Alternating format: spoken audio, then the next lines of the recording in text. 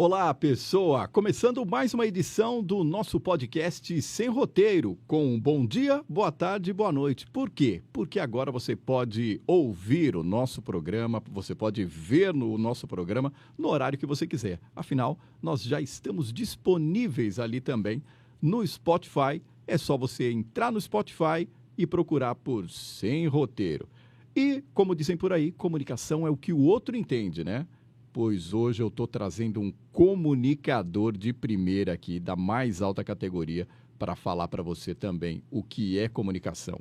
Nosso bate-papo está muito interessante e você vai conhecer esse cara depois da abertura do nosso programa. Confere aí.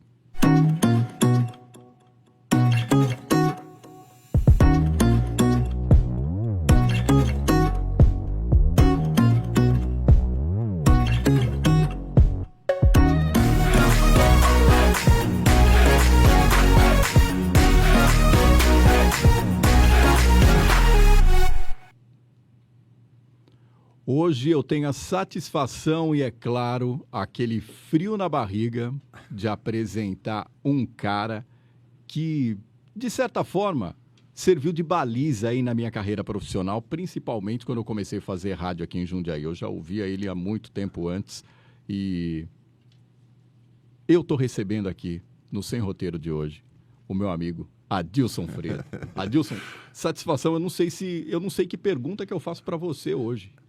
Não, mas se você quiser, eu faço pergunta para você, então. Não, aí pior. Porque eu e não todos os outros antes de mim. Prazer enorme estar com você. Sem Roteiro, uma coisa muito legal, um podcast que veio para ficar e está ocupando um espaço muito legal nessa nova mídia, nova entre aspas, que é também voltado para uma comunidade, um público mais jovem, porque os jovens precisam conhecer também a história dos mais velhos. E eu sempre discuto com muita gente sobre isso, né? Se não tivesse o Pelé, nós não teríamos o Neymar. E eu não sou Pelé, mas tem muito Neymar por aí na comunicação. E a gente vai tentando descobri-los. O máximo que a gente pode fazer é mostrar o caminho. E é isso que eu tento fazer. E já muita gente que trabalhou conosco foi revelada pela minha equipe esportiva ou que trabalhou comigo enquanto não era dono do meu próprio espaço. Hoje está fazendo sucesso por aí, eu fico feliz. Fico contente quando eu vejo gente que começou com a gente fazendo sucesso. Aí me dá mais... me dá a certeza de que eu escolhi o caminho correto há 40 anos, quando eu comecei na comunicação, a partir do Jornal Jundiaí Hoje, depois entrando para o rádio, e a história é longa. E como começou essa história, Adilson? Começou na Câmara Municipal de Jundiaí. Eu tinha um depósito de bebidas lá na Ponte São João e eu estava com um saco cheio de ficar trabalhando de sábado e domingo, vendendo bebida, e durante a semana também. Vendi o depósito e falei, falei para os meus pais, agora eu vou fazer o que eu gosto, escrever. Fui à Câmara Municipal e lá encontrei um jornalista veterano, já falecido, chamado Paulo Pacheco de Paula. Era um enxadrista, representava Jundiaí nos Jogos Abertos, Jogos Regionais. Eu conhecia dos tempos do bloco Estamos na Nossa. Falei, ô Pacheco, tudo bom, tudo bem? Falei, pô, eu quero ser jornalista. Na época não existia a lei obrigando a ter diploma. Ele falou, olha, pegou um cartão dele e deu para mim escrever assim, falar com Carlos Mota, Jornal Jundiaí Hoje. Era na rua Prudente de Moraes, 1372, perto ali do Milton, do Chafariz, agora. Pô, sei. Aí fui lá, aí o Mota falou, olha... O José Maurício dos Santos, não falei direto com o Mota, faz um texto e traz pra gente aqui. Tá bom. Isso passou uma semana, chegou no domingo à noite e o Canal Livre da TV Bandeirantes entrevistou então o ministro Delfim Neto. Aí eu pensei a entrevista do Delfim Neto, tirei o conteúdo, escrevi o texto e fui entregar na redação, aí para o Mota. O Mota gostou e falou, agora você vai fazer uma matéria local, escolhe um tema. E calhou, coincidiu de eu, quando eu morava no Jardim Esplanada, ter passado um daqueles vendavais enormes, em 1981, que arrancou o telhado de um monte de casas, inclusive da minha casa. E antigamente existia uma empresa chamada APE, Caderneta de Poupança APE, que era a responsável pelo condomínio, inclusive pelo pagamento de algum seguro, caso houvesse um sinistro. Como houve o sinistro, nós estávamos esperando, havia 2, 3 meses para ser ressarcido pelo seguro e a tal de APE estava enrolando para pagar. Mas não tive a menor dúvida. Escolhi a matéria certa. Fui ao bairro e eu já conhecia a história, quer dizer, o lead da matéria já deixei preparado. O lead são os 5 primeiros, o primeiro parágrafo, que é um resumo de praticamente toda a história no primeiro parágrafo. Fui lá, conversei com alguns moradores, pincei depoimentos, fiz o texto, arrematei dizendo que os moradores aguardam ainda para receber da APE. Saiu no jornal, manchete do jornal. Moradores do Jardim Esplanada aguardam pagamento de seguro da APE. No dia seguinte, o gerente da APE de Jundiaí foi lá no jornal. Chegou lá e queria saber quem foi o responsável pelo texto. O Carlos Mota falou, olha, o senhor não tem que saber quem escreveu isso aqui, o jornal responde por isso. Não, mas só por curiosidade e tal. Falei, tudo bem. Aí eu ouvi ele falando, reconheci a voz, fui lá e falei, fala, Joaquim. Joaquim, que é o gerente da APE, tinha sido meu chefe. Quando eu era office boy de uma empresa chamada Giacone. Ele falou, ô Adilson, nossa, você está trabalhando aqui? Falei, sim, estou trabalhando e esse texto é meu.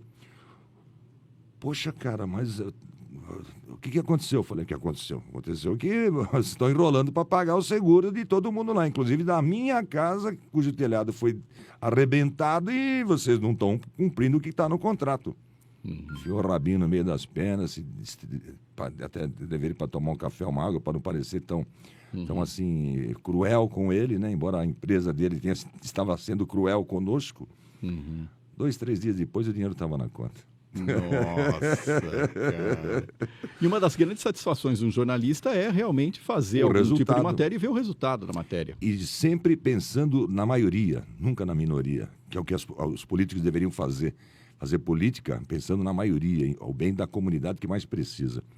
82, Jundiaí, hoje aí, o jornal passava por uma fase terrível financeira, embora a redação tinha Sandro Vaia, Carlos Mota, Ademir Fernandes. Só os grandes nomes. Todos eles do Estadão. Com quem que eu fui me meter, né?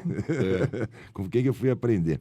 Fechou o jornal, uns 10 dias depois, o Jornal de Jundiaí Regional, o doutor Tobias Musaíba, resolveu arrendar a redação do JJ, tirado o comando dele e arrendar, terceirizar. E essa equipe do JH foi para o JJ terceirizado, inclusive eu. Fazendo o jornal, pintou uma transmissão de futebol, de basquetebol com o Milton Leite. Milton Leite está na Sport TV.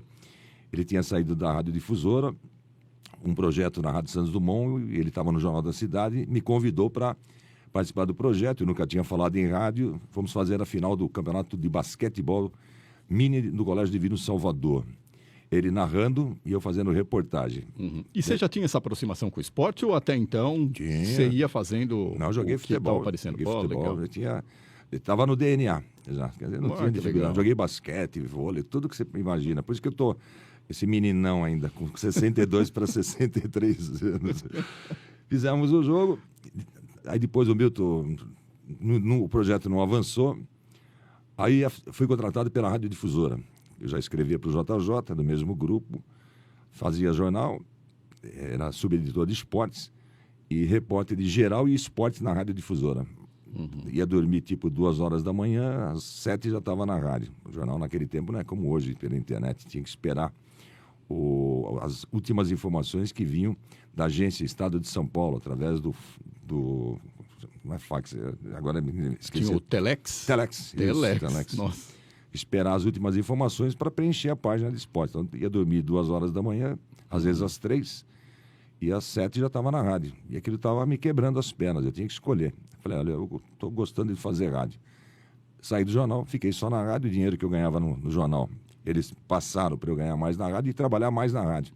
E aí fiquei até 1990, quando fui contratado pelo Sistema Globo de Rádio para ser o primeiro âncora de final de semana na Rádio CBN com o projeto All News. Que até então a Rádio 780 AM era a Rádio Excelsior, era a rádio que tocava música. Música era mundial no Rio de Janeiro. Era a máquina do som. A máquina do som. Com Antônio Celso, aquelas feras. Nossa. Era o Big Boy lá no Rio de Janeiro, na Mundial, e a Excelsior em São Paulo. Mudou o projeto e me chamaram para ajudar na montagem desse projeto, sendo o primeiro âncora dos finais de semana, das 9 até o meio-dia. Depois fui promovido para diário. Fui voz padrão, uma das vozes padrão da Rádio Globo, com o Maurício negão que morreu lá. O Maurício Oliveira. Maurício Oliveira. Nossa, gente finíssima. E o Roberto Nonato. Então nós éramos as 3 vozes. Chamadas do Futebol Show eu fazia. O Maurício e o Nonato, as chamadas dos outros. Gravei muitas propagandas. A relojoaria suíça era com a minha voz. E a cerveja Brahma Chopp também, na Fórmula 1, era com a minha voz. Pô, faz a vinheta aí da Brahma para nós. Com o maior prazer. Pensou cerveja, pediu Brahma, a número 1. Olha, E aquilo ia tá pro... vendo? Quem sabe faz ao vivo, como disse o Faustão. Ia pro rádio e ia pra televisão. Também, a voz. Fiquei até 94, aí eu tenho uma amizade até hoje com o Max Geringer, que é do Fantástico. Aí. Ele era o presidente da Pepsi. E que, aliás, é jundiaiense e mora aqui na Ponte São João, né? É, nascido e criado na Ponte São na João, Ponte São João. Que nem esse locutor que vos fala. É, legal. A gente se conhecia, ele estava na Pepsi, como presidente da Pepsi no Brasil, ali na estrada de Jundiaí até Itu, a Gabriel Paulino Bueno Couto. Aí ele me chamou para conversar e nós acertamos uma propaganda. Ele sabia que eu estava com um projeto para montar minha equipe aqui na Rádio Cidade. Fui para a Rádio Cidade, montei uma coisa totalmente diferente do que havia no rádio esportivo, até porque eu estava arrendando espaço, eu não era funcionário da rádio, como também não sou funcionário da Rádio Difusora hoje, de 10 anos para cá.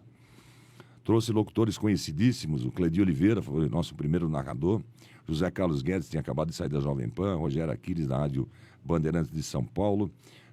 Trouxe o doutor José Carlos Brito, médico de extrema credibilidade. Grande Brito. O Taio. E montei um time forte para disputar com a Difusora.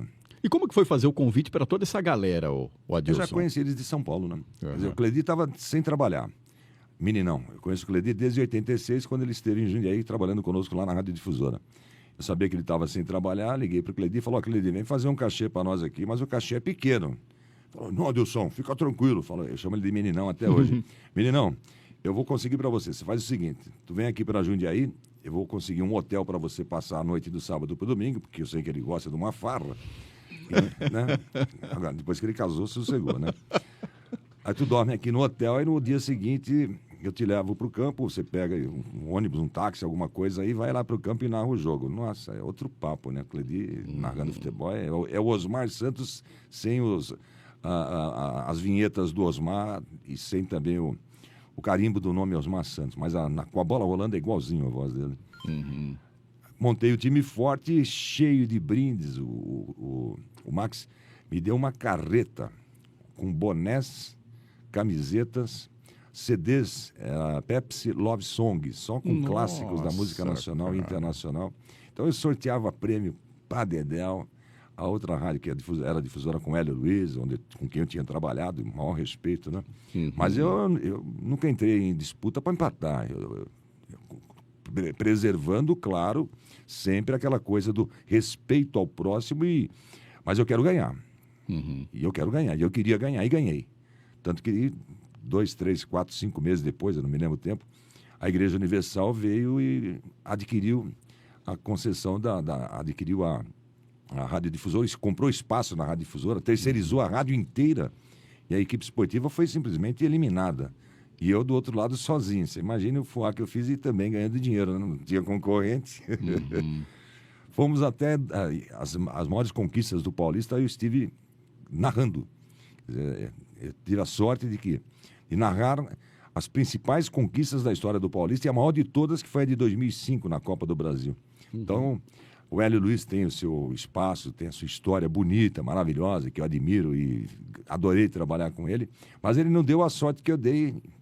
Ele narrou jogos, um acesso em 84, mas eu narrei a conquista da Copa do Brasil, a conquista da Copa São Paulo de Júnior. Trabalhei com a equipe nessas competições que são em nível nacional, porque a Copa São Paulo de Júnior é nível nacional. E a Copa do Brasil, mais ainda, né? Então, durante 17 anos e 3 meses, eu fiquei na Rádio Difusora, na Rádio Cidade, com um time forte, o som do estádio, que é o nosso slogan faz tempo, aliás, criado pelo José Carlos Guedes. E em 2012, eu resolvi voltar para o meu ninho, onde eu comecei. Já faz 10 anos que eu retornei para a Rádio Difusora, estou muito contente, apresento lá o programa de manhã, que é o Difusora Acontece, um programa de variedades, igual eu fazia na CBN, entrevistas sobre todos os temas, sobre todos os assuntos, menos o esporte, porque na sequência, depois desse programa, tem o Batendo Bola, e às 18 horas o Show de Bola. Então eu estou dominado pelo rádio e tenho um pouquinho de domínio sobre ele. Ah, que isso é muito bacana, Adilson. E cabe lembrar também aquela questão que você foi para São Paulo e falou assim, não, eu vou voltar para minha cidade que eu quero ficar perto dos meus, quero fazer realmente o que eu gosto na cidade que eu gosto. E ficar perto dos meus filhos, né? Porque o Heitor, ele nasceu em 1989, então às vezes ele ia conosco para São Paulo, ele e a Sandra, o Vitor nasceu em 97, já estava de volta a Jundiaí. Então o Heitor ia comigo, conheceu o Osmar Santos, conheceu o Heródoto Barbeiro, conheceu o Eli Correia, aqueles caras todos famosos da Rádio Globo e da Rádio CBN. Então eu queria ficar mais perto deles, ganhar o meu dinheiro e ficar mais perto deles. Concomitantemente com essa minha volta a Jundiaí, o que aconteceu? O senhor Nelson de Salve, que era dono de uma empresa chamada Etros se lendo ao contrário da sorte, Etros. Ele começou a fazer bingos em estádios de futebol. Bingos sorteando prêmios maravilhosos. Mas você fez bingo também, né? Sim. Foi aí que eu ganhei um dinheiro extra. O rádio eu cuidava de segunda a sexta. Sábado e domingo tinha uma pessoa que trabalhava para mim para cuidar do trabalho da equipe. E no sábado e domingo eu ia ganhar um outro dinheiro, que eram os cachês dos bingos, que não eram baratos, não eram pequenos, não, os cachês muito bons. Eu vou até falar aqui, cada bingo que eu cantava eu ganhava R$ 1.500. Cara, tinha fim de semana que eu cantava 3 bingos, um de sábado de manhã, um de sábado à tarde, outro de domingo de manhã. Então eu voltava com R$ 4.500 por fim de semana. Minha fama de bom comunicador com massas, né? Tinha bingo de 40, 50, eu cantei um bingo no Morumbi para 100 mil pessoas jogando. Se espalhou, aí tinha outras equipes de bingos no Brasil inteiro. Aí me ligava gente de tudo quanto é lado para eu mudar de patrão. Vem trabalhar comigo, vem ter bingo aqui. Vai falar assim, olha, eu estou bem onde eu estou, mas eu posso te ajudar. Eu tenho amigos que são bons comunicadores, eles não apresentam bingo, mas eles podem aprender comigo como é que faz, do meu jeitão de fazer, e você pode ficar tranquilo que são pessoas responsáveis, que falta só dar uma peneiradinha e vambora, né? Dar uma treinada e vambora. Aí eu coloquei para cantar bingo o Gutão. Porra, Gutão. Pode perguntar para ele. O saudoso Mércio de Oliveira, que era advogado e jornalista. O Gugu, Eduardo Augusto. Rivelino Teixeira. Grande Riva. E Antônio Carlos Nakarato. Tinha domingo, tinha fim de semana que eu tinha 6 lugares para cantar bingo, mas eu podia cantar em um. Não dava para cantar em todos, eu não sou Deus, né? Eu não sou onipresente. Aí passei esses bingos para esses caras. Aí eles perguntaram para mim, escuta, Adilson, você quer receber alguma coisa? Eu falei, não, quero só que você vá lá e faça bem feito. Eu não quero nada, não quero jabá, não quero nada. Eu tenho meu dinheiro, meu cachê. Claro que o bingo melhor ficava comigo, meu maior cachê, e passava os outros cachês, os outros bingos para eles. Mas eram cachês de R$700, R$800, livre de despesa, quer dizer. Todo esse povo aí também foi cantar bingo. Pô, aproveitamos até o máximo. Eu consegui comprar algumas coisas graças ao dinheiro desses cachês. Sempre fui um cara chato para dinheiro, sempre gostei de comer bem. Me iludo com roupa, nada. Roupa moderna, vai usar o que está na moda. Não, eu uso aquilo que eu gosto. Gosto de ter um carro que seja confortável, grande. Só carro grande, que eu não gosto de carro pequeno, que eu tenho 1,90 m de altura, você dá uma porrada e eu saio pelo teto do carro. Né? Vai me moer lá dentro. E ter minha família, que as coisas que eu mais prezo são, em primeiro lugar, a minha família. E depois, eu gosto de comer bem, nada de luxo também. Gosto de trabalhar, fazer rádio, adoro fazer rádio. Meu filho é da TV, o Heitor Fredo, é da TV. Ele falou para mim um dia que gosta mais de fazer rádio do que televisão. Eu falei, filho, mas televisão te dá uma exposição grande, todo mundo te conhece na rua. Ele falou, é por isso mesmo que eu gosto de fazer mais rádio. Que ele vai no supermercado, as pessoas param para te... A galera vai para cima. Atrasa tudo. Atrasa as compras, atrasa tudo. Você perde o dia, né? Perde o dia, modo de dizer, que ele também não é nenhum Cid Moreira, não é nenhum Sérgio Chapelin, muito menos o William Bonner. Assim, eu quero dizer, em nível de popularidade, porque de competência eu boto muito fé no taco do meu filho. Pô, grande Heitor. Ele agora está na TV, na Rede Família, saiu da TV Tati Record, foi para a Rede Família. Tinha convite para trabalhar em outras emissoras, em São José dos Campos, Uberlândia, Goiânia, a TV do Ratinho, lá de Curitiba, mas ele optou por ficar por aqui. Uhum. Falo bem, hein? Mas é legal a gente trazer comunicador aqui, porque a gente está fazendo todo esse esquema. Cabe lembrar que é tudo na base da improvisação. É legal, É, por isso que o programa é sem roteiro. Olha, É. não tem nada aqui, você pode ver nessa mesa aqui do meu lado. Aqui, Tem ó. aqui um celular, que eu vou esconder a marca, porque ele não está pagando, não ajuda a pagar as contas do programa. É. E uma caneca com água, cujo gole eu vou agora saborear enquanto você prepara. Enquanto eu preparo a próxima pergunta para você. Porque o que é muito interessante também, Adilson, que a gente fala assim, é sem roteiro. Mas antes a gente dá aquela brifada. Sim. Porque não dá para simplesmente acender a luz do estúdio, ligar o microfone e Sai falar, viu, falando. vamos sair falando. Aliás, eu não gosto de gente que entra para apresentar programa de rádio ou de televisão, vai fazer uma entrevista com qualquer que seja o convidado. Chega e fala assim, eu domino, deixa comigo, não preciso fazer nada. Eu não. Não, sem chance. Hoje nós vamos à internet para puxar lá no Wikipedia, né? Wikipedia. Alguma coisa do cidadão para poder sair daquela coisa a primeira pergunta do que, quem, quando e onde. Isso aí você tem que, na entrevista, você já tem que ter isso. O que, quem, quando e onde. De onde veio e quem é. Um dia eu entrevistei uma atriz, nossa, uma gaúcha, não me lembro o nome. Natália do Vale. Natália do Vale. Fui puxar a ficha dela, fiz o briefing. Quando eu abri o microfone para ela falar, falou assim, nossa, mas que legal. Ninguém nunca tinha feito isso numa entrevista comigo. Uhum, exato. É muito Você sabe legal. mais da minha vida, sabe da minha vida tanto quanto eu. Falei, tem que se preparar, cara. Sair daquela coisa, da primeira, da segunda, da terceira pergunta. Vai logo para a quarta pergunta, porque as outras todas que o convidado vai responder, ele já falou para todo mundo. Exato. Ele já está até cansado de falar, de responder sempre aquela pergunta.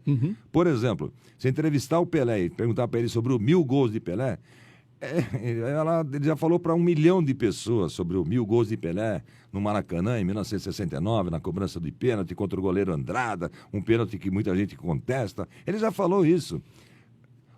Tem uma passagem interessante com o Pelé. 1997, o Paulista fez um contrato com o Banco Fator e nasceu o Campus Pelé. Muito bem. Para marcar a pedra fundamental do Campus Pelé, teve um jantar, um encontro no Hotel Renascença, lá em São Paulo, na Alameda Santos, uma paralela ali da Avenida Paulista. Eu estava lá, um monte de jornalista tal, e o Pelé estava lá, o Milton Leite foi o cerimonialista, o Pelé estava lá, o Campus Pelé levava o nome dele, mas o projeto era do Banco Fator, junto com o Paulista Futebol Clube. Muito bem. Eu com o meu gravadorzinho, né? Ainda usava aquele gravador, não se usa mais, não tinha celular com gravador de voz para fazer. E se tivesse também não ia saber, porque eu sou péssimo para mexer com esse troço aqui. O Pelé falou e eu falei, eu não vou perder uma chance de entrevistar o Pelé. Já tinha entrevistado ele 2 vezes por telefone, mas pessoalmente seria a grande chance. Aí o Pelé saiu, aquele monte de segurança foi... O doutor Sérgio de Melo Tavares estava lá, e ele é de 3 pontas, e o Pelé é de 3 corações. 3 corações. O doutor Sérgio falou assim para mim, Adilson, quer entrevistar o Pelé? Vem atrás de mim. Aí eu falei, vamos lá. Se ele falou que tem certeza, vamos juntos. Aí quando o Pelé saiu por um lado, os jornalistas foram pelo outro, o segurança vai, o doutor Sérgio chegou na frente do Pelé e falou assim, e eu atrás do Sérgio, Pelé, como é que faz para matar um homem de 3 corações? O Pelé falou assim, só se for de 3 pontas. Aí eu apertei o play e o rec e saí perguntando pro Pelé. Qual foi a primeira pergunta que eu fiz pro Pelé? Todos que estão nos assistindo falam assim, alguma coisa ligada ao Santos, ao futebol, à seleção brasileira. Não. Naquela semana, no Rio de Janeiro, uma mulher foi vítima de um assalto e o filho dela ficou preso no cinto de segurança e o carro arrastou a criança e matou a criança. Depois descobriram que foi um menor de idade que foi assaltá-la. Isso gerou a morte da criança e menor. E surgiu uma discussão. Vai ou não baixar a maioridade penal? Isso está sendo discutido até hoje com menos intensidade, ou com menor intensidade, ou com menos intensidade, enfim. Eu falei, eu vou perguntar para o Pelé, uma resposta do Pelé sobre um assunto tão delicado, que o Congresso Nacional estava ameaçando colocar em pauta a votação. Sim ou não, pela redução da maioridade penal para 14 anos, para 16 anos. Não tive dúvida. Um assunto do dia, perguntei para o Pelé, e o Pelé falou que era favorável à redução da maioridade penal, ou seja, o moleque com 16 anos iria preso, como quem tem 18, nada de Fundação Casa, na época acho que era FEBEM ainda. Era FEBEM. Nada disso. Já vai para cadeia, transitou em julgado, cadeia e cumpra-se a pena. Eu falei, gozado que quando chegaram os outros jornalistas para perguntar, o Pelé, que nem você está olhando para mim assim, o Pelé ficou olhando para mim. Eu ia perguntando e ele respondendo. Eu falei, quando o entrevistado tem 10 caras perguntando e ele olha para você, ou olha para outro, é porque ele está gostando da entrevista. Então ele continua olhando para você porque ele está dizendo com os olhos, pode continuar perguntando que eu não estou nem aí com os outros. E eu fiz 3 perguntas para o Pelé, na terceira ele virou o rosto, eu peguei e vazei. Aí todo mundo veio e fechou ali, os outros repórteres, aquele chamada entrevista quebra-queixo, né? Que tem aquele monte de microfone, que chama quebra-queixo. Eu trouxe para cá, coloquei no ar, na época eu estava na Rádio Cidade, e muita gente comentou sobre o assunto e algumas emissoras de rádio de São Paulo, me pediram se eu podia enviar a gravação. Na época ainda não tinha essa facilidade da internet. Internet, né? Manda por WhatsApp, não tinha nada disso. Nada. Aí vinha um motoboy, pegava a fitinha e levava embora. E repercutiu. Umas deram crédito para o entrevistador, outras preferiram colocar a resposta sem dar crédito, que é uma coisa horrenda, que eu acho um absurdo. Você estava falando uma coisa muito bacana aí com relação à entrevista. Eu sempre, quando eu tenho oportunidade de dar palestra, principalmente para alunos de jornalismo, eu falo assim, olha, mais importante que o simples questionário que muitas vezes muito jornalista faz é a entrevista. Porque a entrevista é o quê, né, Adilson? É aquela questão de você olhar no olho e fazer a pergunta correta. Porque geralmente perguntar o que o povo quer saber. Exatamente, perguntar o que o povo quer saber. O que acontece muitas vezes é que os jornalistas, principalmente os mais novos, eles levam aquele questionário de 10 perguntas para o entrevistado, e aí, às vezes, o assunto que o entrevistado tem é muito mais interessante do que aquelas questões que ele fez. Mas ele fica ainda preso no papel.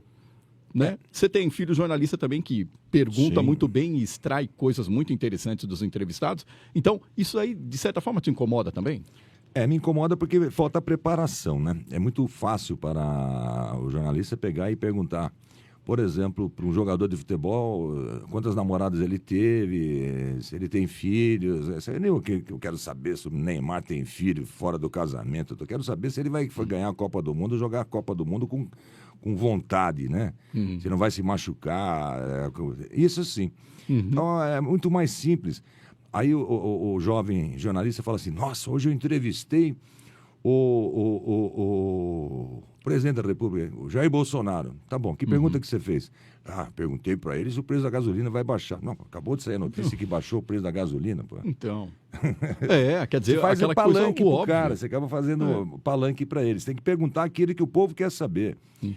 Não é perguntar o óbvio. Foge um pouco dessa pergunta. A semana retrasada entrevistei o Roberto Jefferson, que está preso domiciliar, está preso em casa. Nessa semana foi cassada a candidatura dele. A primeira pergunta que eu fiz foi a seguinte: Roberto Jefferson, como é fazer campanha para presidente da República preso dentro de casa?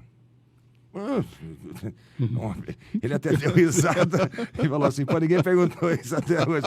Olha assim, mas é diferente, né? Ele falou, não, eu estou adorando, ele falou. Eu não preciso sair de casa para dar entrevista, todo mundo me liga, coloca lá em live e a gente faz entrevista, como nós estamos fazendo agora. Mas daí para frente foi complicado, porque ele é palanqueiro. E o que ele criticou, o Alexandre Moraes, o ministro, ele chama de Xandão. Mas sentou o pau no Xandão. Aí a coisa foi para o Xandão, ele que fala, né? O ministro Alexandre Moraes, presidente do Tribunal Superior Eleitoral e ministro do STF. Aí subiu pro Facebook, subiu no Pod. Não sei se o Facebook não retirou, porque ele usou alguns termos pesados ali, que não são aceitos, agredindo uma autoridade de um poder forte como é o Poder Judiciário. Exatamente. Daí aquela questão de se ter bastante responsabilidade na hora de se colocar numa pergunta também, né? É o problema dele. A obrigação do jornalista é perguntar. E outra coisa, jornalista que comenta o comentário. Eu queria... Esse assunto é interessante, porque é assim, o jornalista, ele contextualiza a pergunta que ele vai fazer, aí ele explica a pergunta que ele vai fazer, aí ele praticamente parece que fica com vergonha de não saber a resposta que o entrevistado dele vai dar. Aí ele prepara a resposta. Ele prepara a resposta para o cara. Né? Aí, quer dizer, tira toda aquela espontaneidade do cara que ele está entrevistando. Isso daí também complica também bastante o jornalismo, né, Adilson? O básico da informação, do texto, é o que, quem, quando e onde. O porquê. Se for porquê separado, P-O-R, traço, Q-U-E, interrogation mark, tudo bem. Agora, se o porquê vem junto, esse porquê é resposta, é explicação. Se for um porquê, pergunta, tudo bem. Mas o que está acontecendo é o que você falou. Por exemplo, você vai perguntar vamos usar mais uma vez a figura do Neymar, porque nós estamos perto da Copa do Mundo e o Neymar é o nosso melhor jogador. Neymar, pergunta, a coisa está caminhando assim. Neymar, você pretende ganhar essa Copa do Mundo? Porque nas outras vezes você não conseguiu, você ficou contundido na primeira Copa do Mundo, que foi a de 14, na segunda também te acertaram. Pronto. Você acabou com a resposta do cara. Por quê? Como é que você pretende jogar a Copa do Mundo? Interrogação, para. Sim. Essa vírgula que vem depois. Porque na última Copa, isso aí o povo já sabe, o povo já assistiu a Copa do Mundo, sabe que ele se machucou nas duas Copas e não pôde ajudar o Brasil. Então faz a pergunta e tira esse porquê. Se for um porquê separado de interrogação, tudo bem. Mas um porquê junto, a explicação. Quem tem que dar explicação é quem está sendo entrevistado, não quem está entrevistando. Exatamente. Sem ter aquela coisa, fala assim, porque muitas vezes parece que o jornalista tem vergonha de não saber o que o outro vai responder. Né? Então complica. Ou medo que a resposta seja curta e ele não tenha uma segunda pergunta para fazer. Tem muitos jornalistas que conseguem, no máximo, fazer 3 perguntas e falar, já estou satisfeito. Exatamente. Não tenho que perguntar mais. Exatamente. Quer dizer, é aquele jornalista que vai com um questionário e não com uma entrevista. Até a página 3 só. Até a página 3. Falando um pouquinho da questão do esporte. A gente sabe que o rádio, que é o veículo de comunicação que você escolheu aí, que é o mais popular, e as pessoas simplesmente imaginam o rosto de um locutor, imaginam através da voz a altura do locutor. Você trabalha durante muito tempo com esporte. Como que é fazer com que o telespectador que está lá do outro lado tenha a dimensão de um campo de futebol sem estar no campo de futebol? E muitas vezes também, né, Adilson? Uma situação de jogo. Situação de jogo. Muitas vezes a pessoa está no estádio, mas está com o radinho colado. Como é que é fazer parte dessa magia? Isso que eu acho fantástico. A palavra correta é essa daí, a expressão correta é essa, é magia. É você pintar um quadro. Os melhores ouvintes de rádio são as pessoas cegas, por incrível que pareça. Olha isso. Porque pela deficiência visual, eles conseguem, no imaginário deles, contar como é que foi a sua transmissão graças à qualidade da audição, que ficou mais aprimorada pelo fato dele não enxergar. Então, acontece assim. Como é que se transmite um jogo de futebol? Bom, como é que se pinta esse quadro? Se a bola estiver com o jogador na lateral direita, você tem que dizer que o Carlos está na lateral direita com a bola, a 10 passos do meio de campo. Do lado esquerdo ele tem o Adilson, um pouco mais adiante ele tem o centroavante, o Ronaldo. Aí o cara está pintando, ele fecha os olhos e imagina. Bom, a bola está com o Carlos do lado direito, a 10 passos do meio de campo. Então você imagina, da intermediária até meio de campo, 10 passos, ele está pertinho do meio de campo. À esquerda ele tem o Adilson, então se eu estou a 5 passos à esquerda, estou na grande lua do gramado, no meio de campo, e à frente, aí você pega a posição de centroavante, está lá o Ronaldo. Então o Ronaldo deve estar naquela meia-lua na entrada da grande área. Então você tem que mostrar a exata posição onde estão os protagonistas, principalmente o que está com a bola, e aqueles que estão mais perto para receber essa bola, e também a posição onde está esse protagonista, e os outros também. Então é você pintar o quadro, a pessoa imagina aonde está. Outra coisa, narração. Eu tenho ouvido muita rádio web, né? A gente ouve de tudo e ouve cada bobagem também. A gente está narrando um jogo. Quando a bola está no campo de defesa, é uma velocidade mais de segunda marcha. Para usar a metáfora do câmbio do carro, né? Bola na defesa, por analogia, bola na defesa é uma narração mais lenta. Ultrapassou meio de campo, dá uma acelerada. Quando vem para o ataque, aí você dá aquela velocidade de ataque, que é a emoção, porque a bola está mais perto do gol. Então, o jogador está mais perto de fazer o gol. Então, o que eu tenho ouvido? Muita gente narrando na velocidade do ataque com a bola com o zagueiro central trocando bola com o goleiro. Olha que legal isso. São estágios de transmissão. São estágios de transmissão. Quer dizer, simplesmente não é a pessoa acha que narrar futebol é falar rápido. Não. O Osmar Santos é o pai da matéria em tudo. Inclusive, ele, para narrar o jogo, fui várias vezes à cabine da Rádio Globo. Eu não fazia futebol na Globo, por opção minha. Eu quis fazer CBN e jornalismo. Falei, não, eu vou aprender mais, que rádio esportiva eu já fazia, que era um outro nicho de mercado, que era um outro tipo de convidado, que era ter outro tipo de entrevistado. Uhum. O jogador de futebol fala, você pergunta a mesma coisa, eles falam a mesma coisa desde 1900 e bolinha, né? O professor falou pra gente atacar e nós estamos respeitando a perdemos liga o jogo adversária. hoje, mas tem o próximo jogo, nós vamos jogar em casa e tal, né? O Osmar, ele narrava, eu vou chegar mais perto do microfone aqui, ele narrava assim, bem pertinho do microfone, quem estava do lado não ouvia ele narrando. Cara, que louco. Tamanha era a impostação de voz. Nós estamos com um retorno. Retorno é esse fone de ouvido aqui para os leigos. Então, com esse fone de ouvido, se o retorno estiver bom, você não precisa gritar na hora de falar. Você poupa a sua voz. Que, né, nós estamos falando, estou falando baixinho aqui. Sim. Se tivesse alguém aqui do meu lado, talvez não estivesse nem ouvindo o que eu estou falando. Uhum. Porque o som é bom, o microfone é bom, o retorno é bom, a qualidade do trabalho. E aí rendemos as nossas homenagens ao operador de som. Se você tem qualidade de equipamento e tem bom senso, você não precisa ficar berrando. Para que você vai berrar? Uhum. As pregas vocais aqui, elas ficam trabalhando de uma forma que quanto mais você berrar, mais ela vai esgarçando. Ou seja, seu tempo de vida de voz, as suas pregas, vamos falar... são as pregas vocais. vocais. Pregas vocais. Você vai esgarçando, vai ser que nem uma bexiga. Quando vai esticando, uma hora ela estoura. O Osmar narrava o jogo, tu ficava do lado dele ali, com o radinho. Nossa, o som enchia o rádio. Aí que entra o operador, dá ganho, acerta o VU lá, né? As rádios do Rio de Janeiro tem um eco gostoso, tanto a Globo quanto a Tupi. Então, se você tem um bom retorno, você narra o jogo, não estoura a sua voz, dá emoção no jogo, sai de lá, vai tomar uma cerveja gelada e não vai ficar rouco no dia seguinte. Tudo é uma técnica. Narrar futebol é uma técnica, a colocação de voz é uma técnica. Você faz muito bem a distribuição da sua voz quando você fala em público. Já assisti várias vezes no programa também que tinha lá na Rádio Cidade. Não precisa ficar berrando. O microfone não foi feito para berrar. O microfone foi feito... Por que tem um cristal aqui dentro e tem um volume, um operador modulando a altura da sua voz? Que é para você não berrar igual um imbecil. Eu vejo gente gritando, gol, aí o cara abre a boca, que parece que ele vai engolir um abacate para narrar um gol. Não, se você narrar, gol, olha, estou fazendo o bico, gol, é um volume, no rádio, vai dar um volume tão grande quanto se gritar, cá! Desculpe.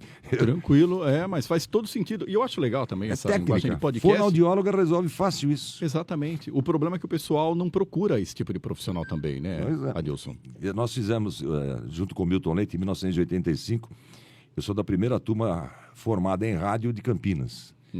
Lá na rua Sacramento, pessoal do Senac. Senac. Eu, Milton Leite, o falecido Cassiano da Silva, o João Carlos Freitas, o Oswaldo Liz, que é da IPTV. A gente já era de rádio, mas aí veio a lei obrigando a gente a ter um curso para poder trabalhar em rádio. Para pegar o DRT. E nós tivemos aula de locução e de acústica também. Acústica com o mestre, era o Haroldo, não era o Haroldo Fernandes, era o outro narrador da Rádio Tupi na época.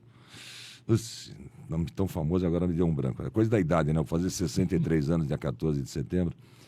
63, 40 de profissão. A gente, às vezes, Haroldo Fernandes, não era o Haroldo Fernandes. Enfim, noções de acústica era uma das matérias. E a outra era a fonoaudiologia. Então, exercício de fono. Quer entrar... Você, meu amigo, minha amiga que está nos acompanhando agora, quer fazer rádio? Faça rádio bem feito. Mas prepare-se para fazer esse rádio bem feito. Não é só abrir o microfone e sair falando. Outra coisa, gire em rádio.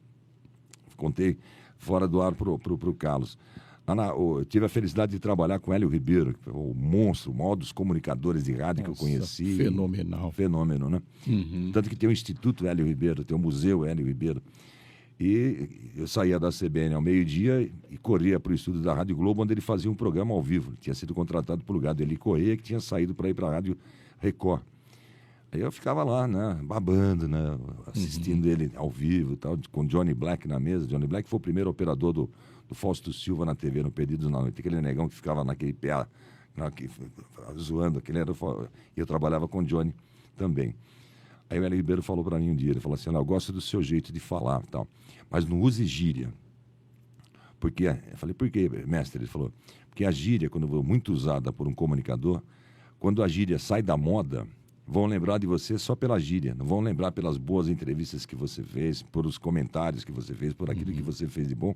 Vão se lembrar, olha, o fulano de tal, nossa, é o cara que falava... Vou estourar a boca do balão. Do balão. Estourou a boca do balão e a dele também.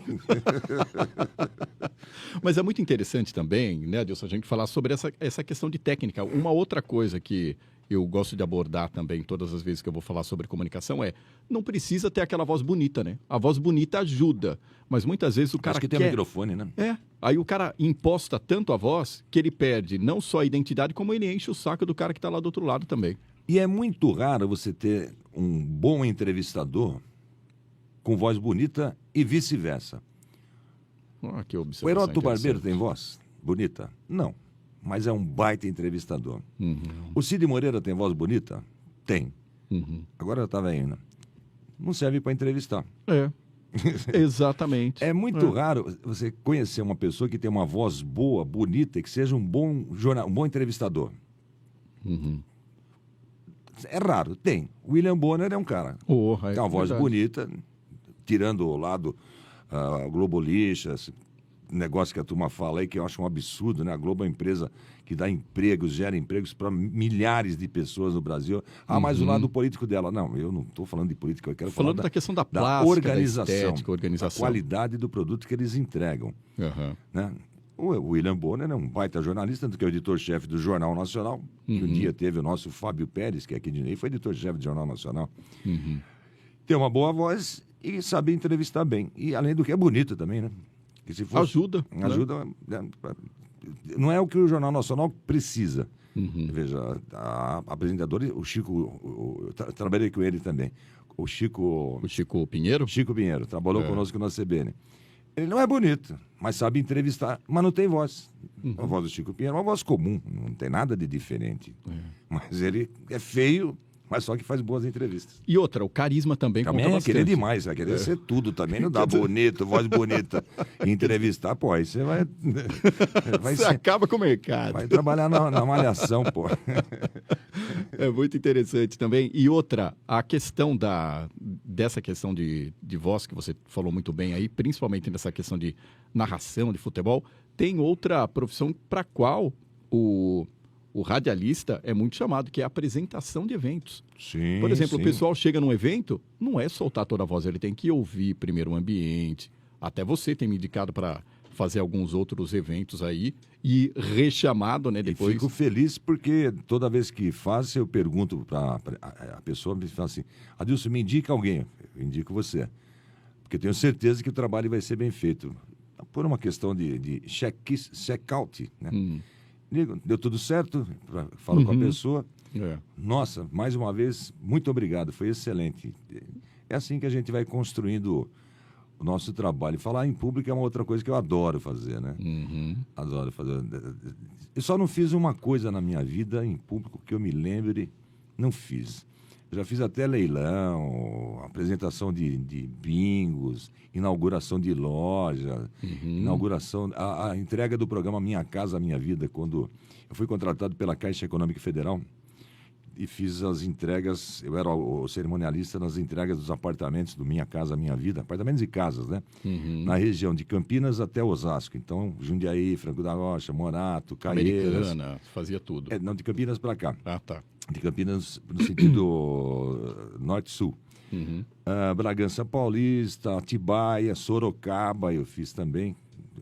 Uma hora vinha a Dilma, vinha o governador de São Paulo, era o Geraldo Alckmin. É uma delícia falar em público.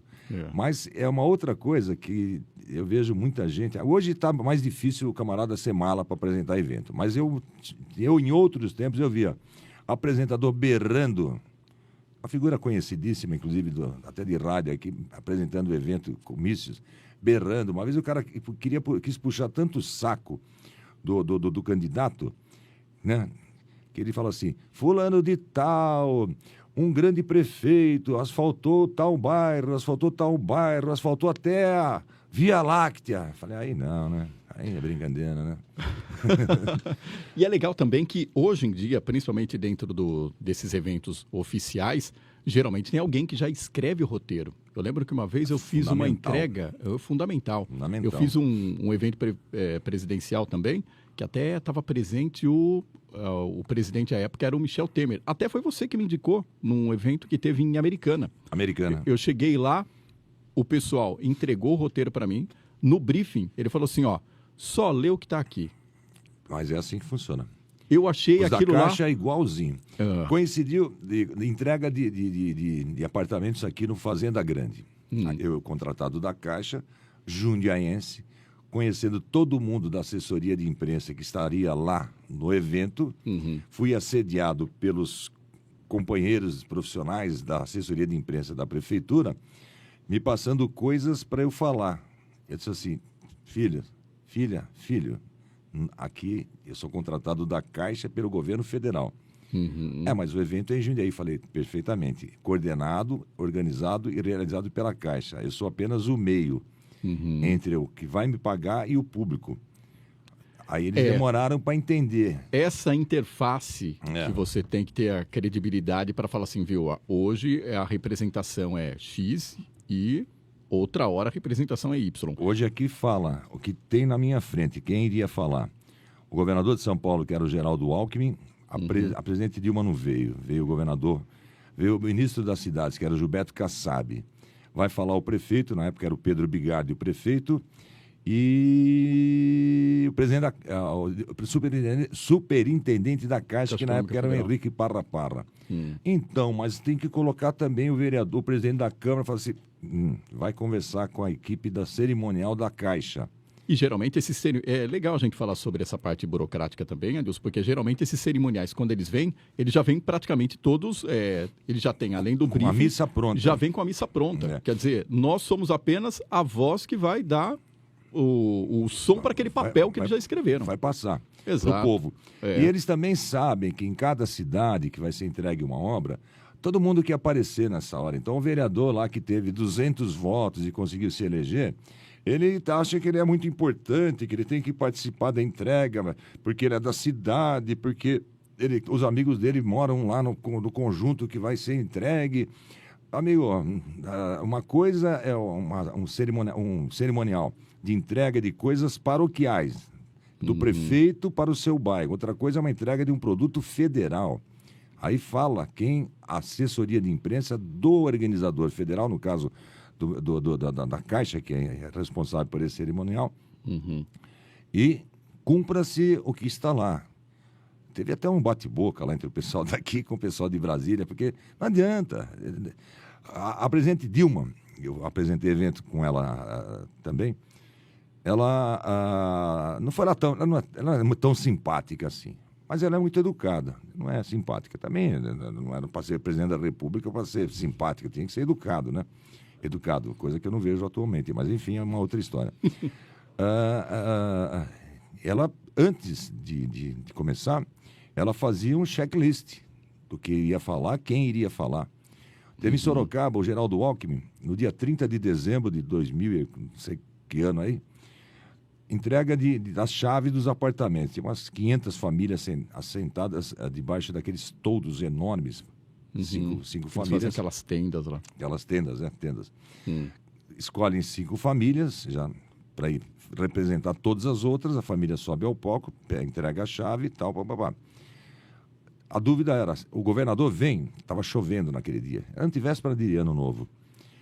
Aí eu ia começar às 10h15, nada para começar, e você fica refém da ordem. Na hora que falar, solta o cerimonialista, você começa, abre o microfone e vamos falar. 10h30, nada. 15 para as 11, nada. Aí eu, com dó daquelas famílias, porque tinha criança ali chorando já, começa a dar fome. Criança tem fogo no rabo, não consegue ficar quieto, né? Tá certo, tá na idade deles, né? E nada, e o pessoal comunicando com o Palácio dos Bandeirantes via rádio, estavam esperando parar a chuva para o governador vir de helicóptero. Ele acabou vindo, para encurtar a conversa. Ele veio depois de 2 horas. Chegou para mim, no canto ali, e falou assim: oi, tudo bem? Eu falei: pois não, governador. Como é seu nome? Eu falei: Adilson. Ele falou: Adilson, quem que está escalado para falar? Eu falei: olha, está o senhor, está o secretário de Habitação, que era o Rodrigo Garcia, hoje candidato hoje governador, o ministro Kassab, pelo governo federal, o presidente da Assembleia Legislativa, que era... Bom, não vou lembrar. E mais o prefeito da cidade. Ele falou: olha, corta todo mundo. Falo eu, falo o representante de Brasília e o prefeito. O resto você pode cortar. Corta o Rodrigo, corta todo mundo aí, porque o povo está 2 horas de atraso. Eu falei: perfeitamente, governador. Muito educado, gente, muito legal ele, muito legal. Não vou entrar no mérito político, se está certo ou está errado o que está fazendo. Mas como, assim, um gentleman. E sentiu que as pessoas estavam cansadas de ficar ali e era por culpa do tempo, não dele, porque ele queria ver, mas o tempo não deixava, o helicóptero não levanta se tiver com tempestade. Aí quando amenizou, pimba, veio o helicóptero e bola na caçapa. E aí conseguiu equacionar toda a situação. Foi simpático, as pessoas abraçaram ele. Ele é muito... Aliás, ele é tio de um amigo meu, que mora em Jundiaí, o Daniel Monteiro. A mãe do Daniel é irmã da Lu Alckmin, esposa do governador. Olha isso, Meu a proximidade da cidade. Outra coisa que é uma faceta que é bastante interessante, aliás, é legal a gente estar com um profissional de comunicação, porque a gente já passou praticamente por todas as... Só não falei uma coisa áreas... que eu não fiz. Oi. Faltou completar uma resposta, agora que eu estou lembrando. Eu já fiz quase tudo, só uma coisa que eu não fiz. Rodeio. Que rodeio... Primeiro que eu não gosto de rodeio. Aquele ambiente não é um ambiente que eu gosto. Muita gente agora está falando: pô, negócio bacana. Tudo bem, cada um com o seu gosto. Eu não gosto de rodeio. E também não poderia apresentar rodeio, porque o apresentador de rodeio, para ele ser apresentador, ele tem que ter sido peão. Foi assim com o Marco Brasil, foi assim com o Zé do Prato e foi assim também com o Asa Branca. Com o Asa Branca. Os 3 eram peões de rodeio. Os 3 já morreram, né? Nunca fiz rodeio. Também não poderia fazer porque eu nunca fui peão. E também não me agrada.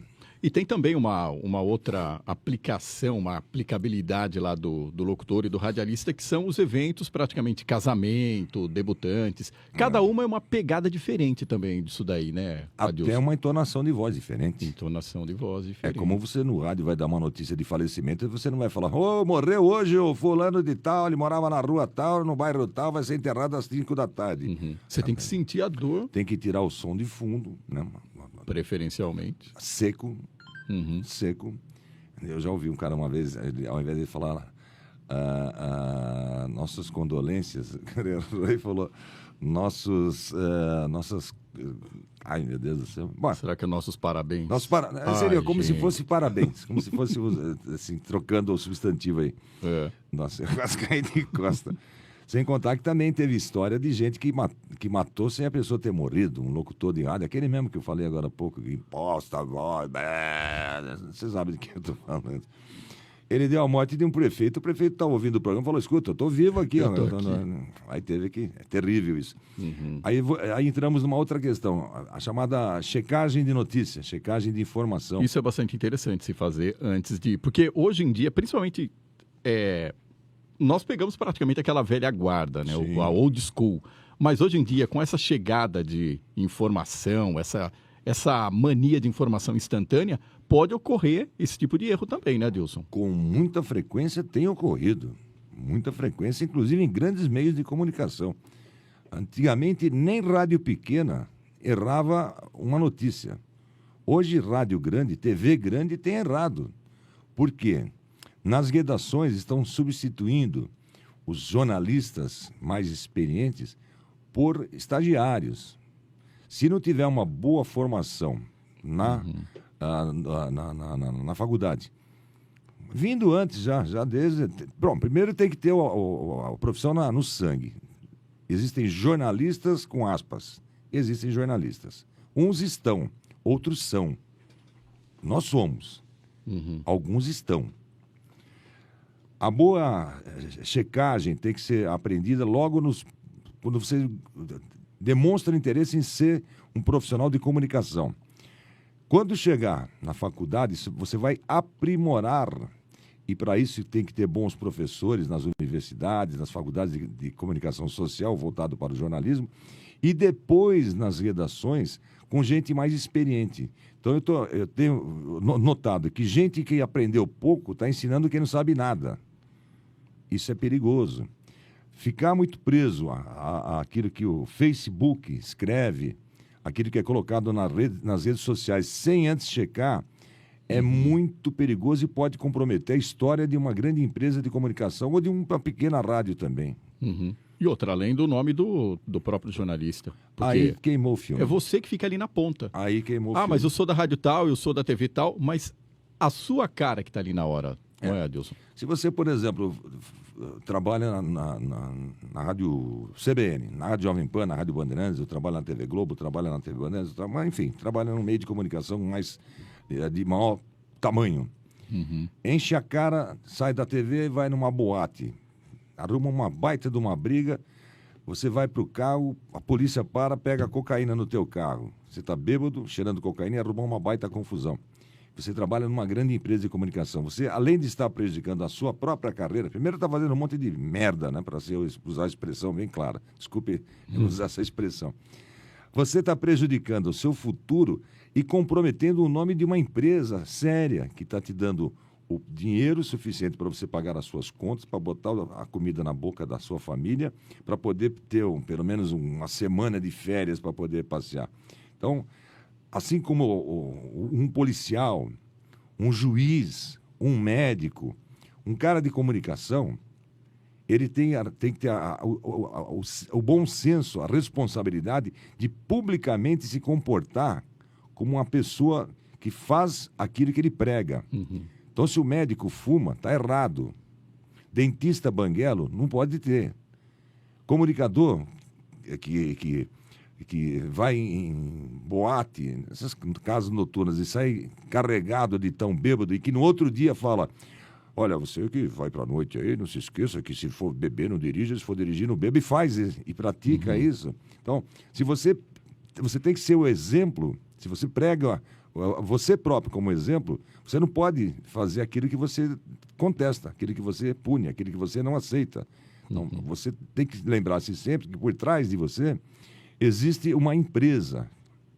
Então, voltando à checagem da notícia, cheque antes, com 1, 2, 3 fontes, se for o caso, morte, notícias que mexam com uma estrutura de uma família, de um organismo público, de uma instituição séria.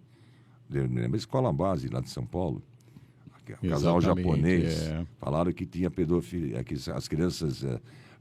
havia pedófilos na escola base. Comprometeram a história da escola, acabaram com a família. Com a família. Né?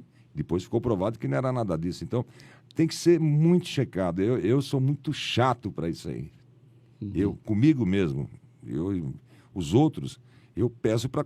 Eles já sabem o jeito que eu gosto de trabalhar. Então, não preciso nem pedir. Uma informação dessa, eu checo mais de 2, 3, 4, às vezes 5 fontes para ter a certeza para depois falar. E eu tenho boas fontes de informação e uma boa agenda, que jornalista bom tem que ter uma boa agenda, com números de telefones de pessoas que você certamente vai entrevistar. E você tem que ter esse número de telefones, esse contato com essas pessoas.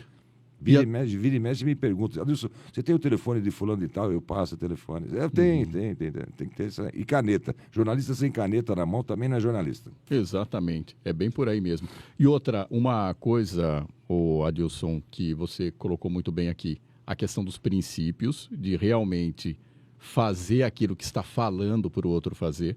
E, acima de tudo, tem que ter humildade, né? Porque não adianta se sentir o estrelão de determinado momento. Porque uma hora você pode estar por cima e outra hora você pode depender de alguém para te colocar para cima também, né? A humildade é muito importante aí, principalmente você que tem 40 mais de 40 anos de profissão. E eu, graças a Deus, quando falam bem de mim, falam também da minha humildade. Eu vim da Ponte São João, meu pai fabricava privada na Ideal Standard, eu frequentei o Clube Jaú, clube de crianças, de meninos ali, filhos de trabalhadores da indústria metalúrgica, da indústria cerâmica e da ferrovia.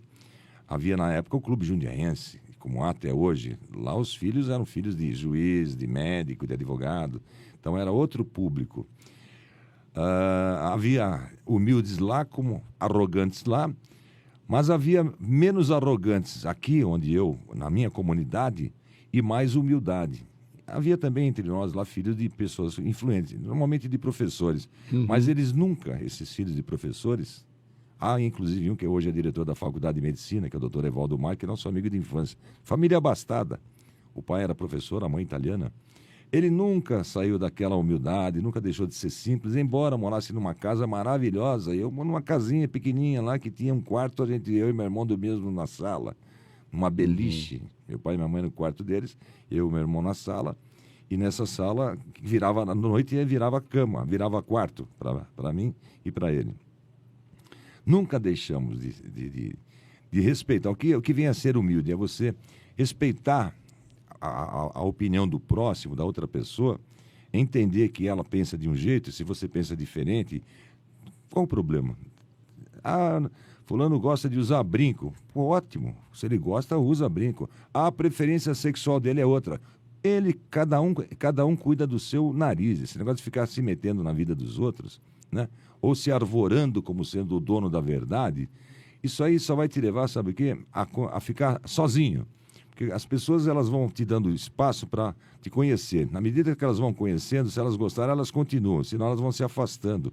Ô, Adilson, você está falando assim, as pessoas conhecem a pessoa por determinada situação ou por determinado temperamento. Você é conhecido como o homem do esporte. Sim. Dentro daquele chavão que eu até citei aqui, e a gente já está chegando no final, citei aqui logo no comecinho, quando a gente começou a bater um papo. Quem sabe faz ao vivo. Ser um apaixonado pelo Paulista. Sim. O nosso galo.